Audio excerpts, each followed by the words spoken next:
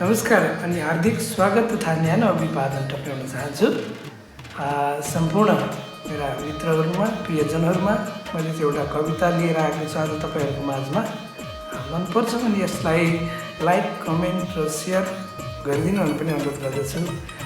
बिएन studio च्यानललाई subscribe पनि गरिदिनु होला। आफ्नै रचना र आफ्नै वाचन कविता यस प्रकारको छ है त। लीला प्रभुको छ अपरम्पार।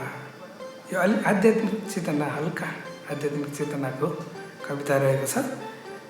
लीला प्रभुको छ अपरम्पार, लीला प्रभुको छ अपरम्पार, आदि न अन्त अनौठो संसार। लीला प्रभुको छ अपरम्पार, आदि न अन्त अनौठो संसार। नभेटिन्छ फेद, नभेटिन्छ फेद, टुप्पो छ कहाँनिर। नभेटिन्छ फेद, टुप्पो छ कहाँनिर।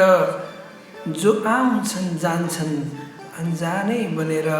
लीला प्रभुको छ अपरम्पार, आदि न अन्त अनौठो संसार। यो मेरो यो तेरो भनी हिँड्नु व्यर्थ छ। यो मेरो अनि यो तेरो भनी हिँड्नु व्यर्थ छ। स्वयं उनको भएपछि यसको के अर्थ छ। यो मेरो यो तेरो भनी हिँड्नु व्यर्थ छ। स्वयं प्रभुको भएपछि त्यसको के अर्थ छ। के का लागि त छाड मछाड गर्छौ ए जुझ्नेहरूले। के का लागि त छाड मछाड गर्छौ ए जुझ्नेहरूले। ब्रह्म देख्छन् हर आत्मामा संसार बुझ्नेहरूले। ब्रह्म देख्छन् संसारमा हर आत्मा बुझ्नेहरूले।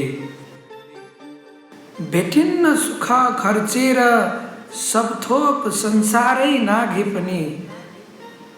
भेटिन्न सुख खर्चेर सब थोक संसारै नाघे पनि।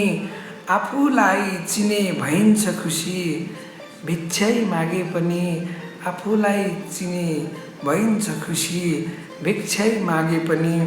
सच्चा जीवन जिउनलाई त आत्मा बुझ्नुपर्छ। सच्चा जीवन जिउनलाई त आत्मा बुझ्नुपर्छ।